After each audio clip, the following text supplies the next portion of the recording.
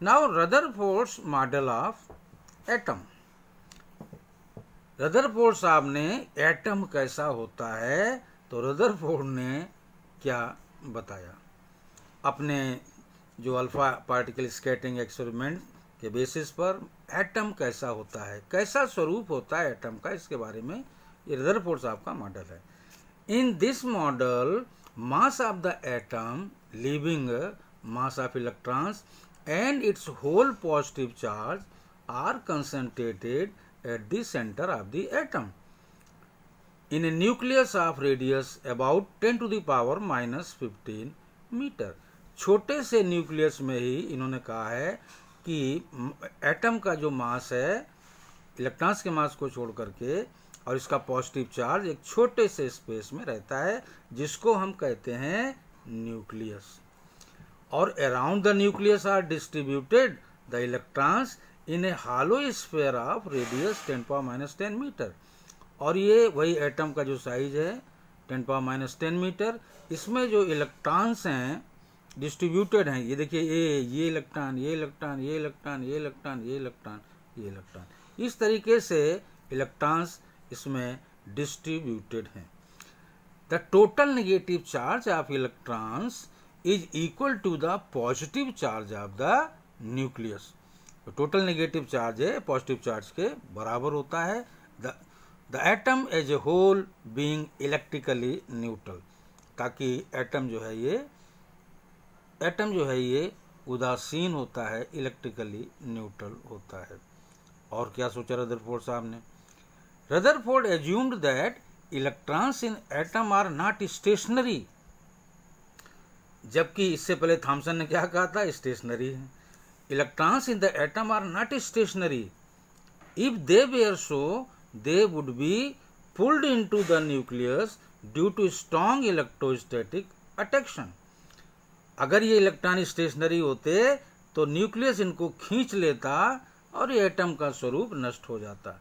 Rutherford साहब ने कहा कि इलेक्ट्रॉन्स जो हैं ये they are not stationary, they are not stationary into the nucleus, but are revolving around the nucleus. They are revolving around the nucleus. They are not stationary and they are revolving around nucleus in different orbits. ये अलग अलग orbits में चक्कर लगाते हैं. And the necessary centripetal force is provided by the electrostatic force of attraction between electrons and nucleus. मतलब ये जो इलेक्ट्रॉन्स हैं ये सर्कुलर ऑर्बिट में चक्कर लगाते हैं और सर्कुलर ऑर्बिट में वही चक्कर लगा सकता है जिसके पास सेंट्रीपिटल फोर्स हो. सेंट्रीपिटल फोर्स इनको मिलता है न्यूक्लियस इलेक्ट्रॉन्स के बीच जो इलेक्ट्रोस्टैटिक फोर्स ऑफ अट्रैक्शन है, that provide the necessary centripetal force for the circular motion. तो ये रहा रदरफोर्ड साहब का. This is Rutherford's model of atom. Rutherford साहब ने कहा कि इस तरह का एटम इस तरह का होता है. But this model suffers from two drawbacks. इसमें दो कमियां निकली. पहली कमी रिगार्डिंग स्टेबिलिटी ऑफ एटम और दूसरी कमी regarding explanation of line spectrum. तो पहला जो ड्रॉबैक है regarding stability of the atom क्या था? Electrons revolving around the nucleus have centripetal acceleration. क्योंकि इलेक्ट्रॉन चक्कर लगा रहे न्यूक्लियस का तो उनके पास होना चाहिए सेंट्रीपिटल एक्सेलरेशन. और फिजिक्स की एक ब्रांच है इलेक्ट्रोडायनेमिक्स.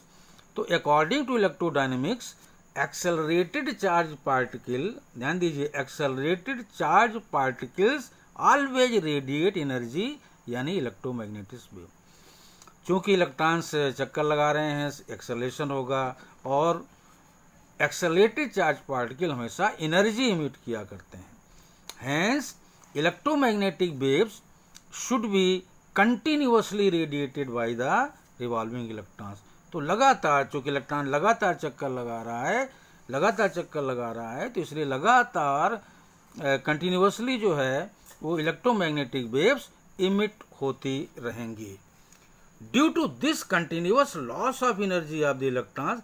अब जब एनर्जी इमिट होगी तो जाहिर है कि इलेक्ट्रॉन्स की एनर्जी कम होती जाएगी तो hence electromagnetic wave should be continuously radiated by the revolving electron.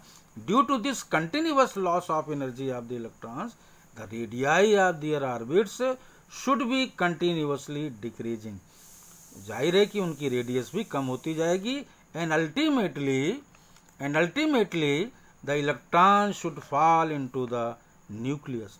और अंतोगत्वा इलेक्ट्रॉन न्यूक्लियस में गिर जाना चाहिए. तो thus atom can not remain stable. तो एटम जो है स्टेबल नहीं रह सकता है. एक बार फिर चूंकि इलेक्ट्रॉन सर्कुलर ऑर्बिट में चक्कर लगा रहा है, इसके पास एक्सेलरेशन होगा और accelerated charge particle electromagnetic waves emit करता है, एनर्जी इमिट करता है. तो धीरे धीरे इसकी रेडियस क्या होगी, कम होती जाएगी और अंतोगत्वा ये न्यूक्लियस में समा जाएगा. तो इस तरह से जो स्टेबिलिटी ऑफ एटम है इसको रदरफोर्ड मॉडल एक्सप्लेन नहीं कर पाया. एक और चीज नहीं कर पाया, देखिए, regarding explanation of the line spectrum.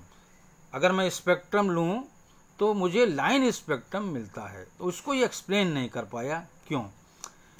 ये मॉडल देखिए. In this model, due to continuously changing radii of the circular orbits of electrons, the frequency of the electrons must also be changing. चूंकि रेडियस लगातार change हो रही है emission के साथ, तो रेडियाई जो है लगातार चेंज हो रही है, तो फ्रीक्वेंसी भी लगातार चेंज होती रहेगी. Frequency of electrons must also be changing.